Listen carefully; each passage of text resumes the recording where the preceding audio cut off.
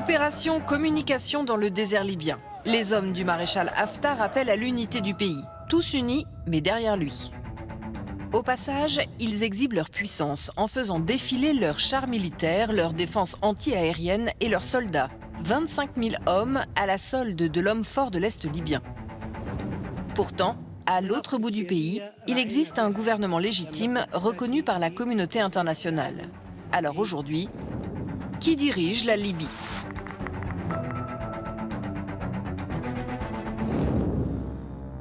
15 ans après la chute de Kadhafi, la Libye est divisée en deux. À l'ouest, autour de Tripoli, le gouvernement d'union nationale, reconnu par la communauté internationale, est dirigé par Abdelhamid Beiba. À l'est, autour de Benghazi, l'armée nationale libyenne, avec à sa tête Khalifa Haftar, qui a conquis de larges parts du territoire libyen. Alors, comment en est-on arrivé là ?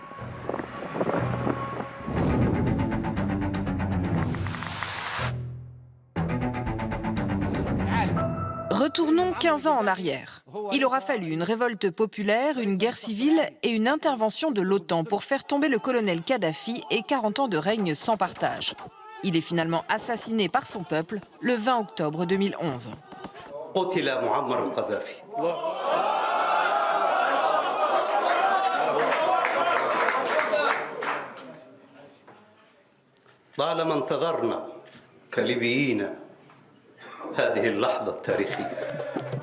Le pays est en liesse, mais qui va désormais diriger la Libye ? Très vite, le chaos s'installe et les islamistes prennent position, notamment à Benghazi à l'est, là d'où est partie la révolte populaire. Le gouvernement à Tripoli est dépassé, et c'est là qu'intervient Khalifa Haftar, un général de l'armée libyenne qui parvient à unir différentes milices pour venir à bout des islamistes. C'est chose faite en 2017. تزف إليك اليوم قواتك المسلحة بشرى تحرير مدينة بنغازي من الإرهاب. Devenu maréchal en 2016, il consolide ses positions à l'Est au détriment du gouvernement national qui contrôle toujours la capitale. Fort de ses victoires militaires, le maréchal Haftar part à la conquête de l'Ouest en 2019, mais c'est un échec. Sa défaite militaire entérine la séparation du pays.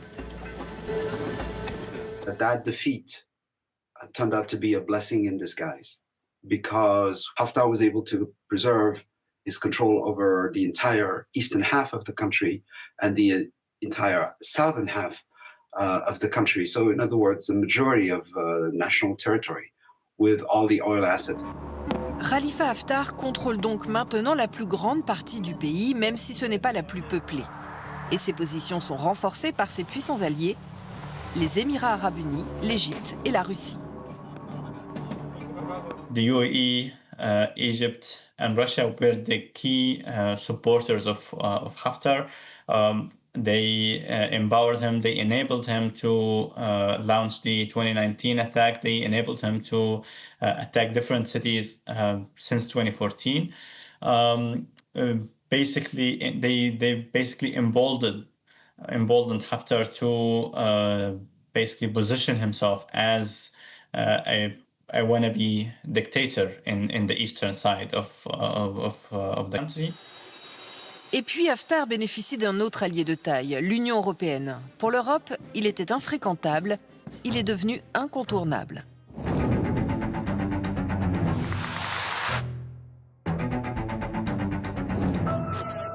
Entre la Libye et l'Europe, il y a la mer Méditerranée que des dizaines de milliers de migrants tentent de traverser chaque année. Pour les dissuader de prendre la mer, l'UE a conclu un pacte avec la Libye en 2017. Un pacte avec le gouvernement d'union nationale, celui de l'Ouest, le seul qu'elle reconnaît officiellement. Elle lui a donné carte blanche pour intercepter les bateaux en mer.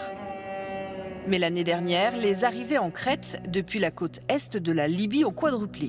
Si bien que ces derniers mois, plusieurs pays, dont l'Italie, se sont rapprochés du maréchal Haftar. Because he controls big parts of the country, he controls the eastern coast.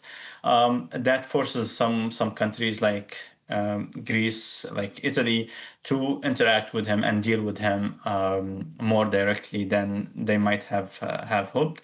European countries are obsessed with just one thing, migration. Then Libyans are going to exploit that. Maybe I will do you a favor by reducing the flow of migrants, But if I do that favor for you, don't ask me for anything else. Don't bother me because I happen to be trafficking drugs. Don't bother me because I torture innocent political opponents in my dungeons. De nombreuses ONG ont documenté les violations des droits de l'homme commises contre les migrants par les autorités des deux côtés du pays. Et malgré cela, les Européens renforcent leur coopération, légitimant ainsi la situation et le partage du pouvoir en Libye.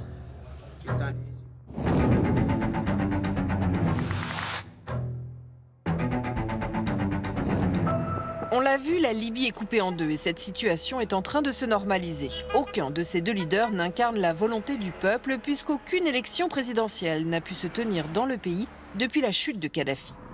La Libye est devenue une kleptocratie et comme chacun des deux s'enrichit, aucun n'a intérêt à jouer le jeu des élections et risquer de tout perdre.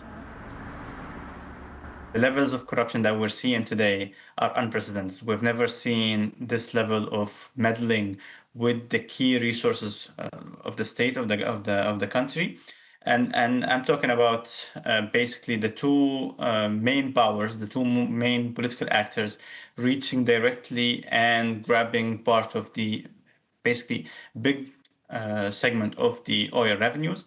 As a result, the public has been both sidelined, but also made to suffer the consequences of this corruption. I mean, as I said, service delivery is deteriorating. The economic situation has been very harsh on ordinary Libyans. Le maréchal Haftar a plus de 80 ans aujourd'hui. Ses apparitions publiques se font de plus en plus rares. Mais il prépare sa succession. Il a nommé son fils, Saddam, vice-commandant de l'armée nationale libyenne. Et dans les faits, aujourd'hui, c'est lui qui gouverne. Is this going to last automatically?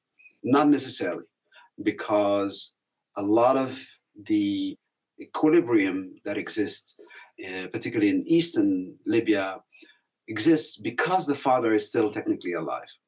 And there's a lot of historical legacy, a lot of symbolism, a lot of legitimacy vis-a-vis what happened in Benghazi, particularly during the war of 2014, 2017. A lot of that is not easily transmitted to the sons.